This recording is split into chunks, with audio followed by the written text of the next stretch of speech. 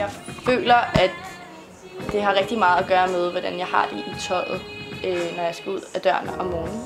Så handler det rigtig meget om, at jeg har det godt i mit tøj, og hvilket humør jeg har. Men jeg tror da, at de folk, der kan lide min personlighed, også godt kan lide min stil, fordi de hænger ret meget sammen, og det synes jeg er virkelig vigtigt.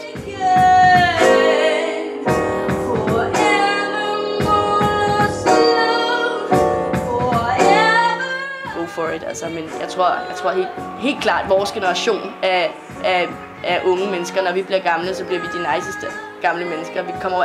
Vi kommer alle sammen til at gå rundt med tatoveringer, og vi kommer til at sidde der i vores gyngestole og tænke, hold kæft, hvor er det fedt, at vi har tatoveringer, fordi der kommer ikke til at være nogen gamle mennesker, der kommer til at sige, at det er forkert at have tatoveringer.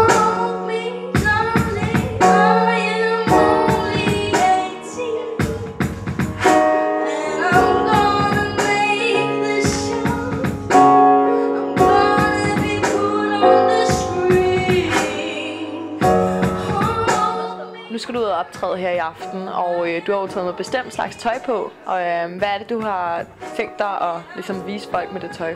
Ja, så jeg tog bare det, jeg havde det godt i. Jeg tog nogle jeans på og nogle høje hæle og min eneste par, som jeg købte i går.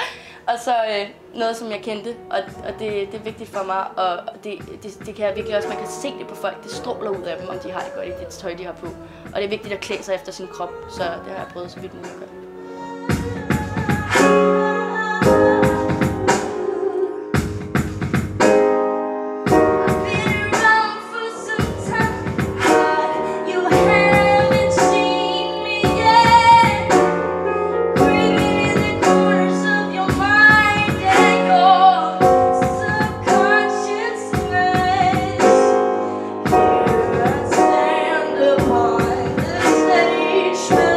Har du fordomme omkring stil? Nej, overhovedet ikke. Fuck fordomme. Hvad synes du så for eksempel om hiphoppere?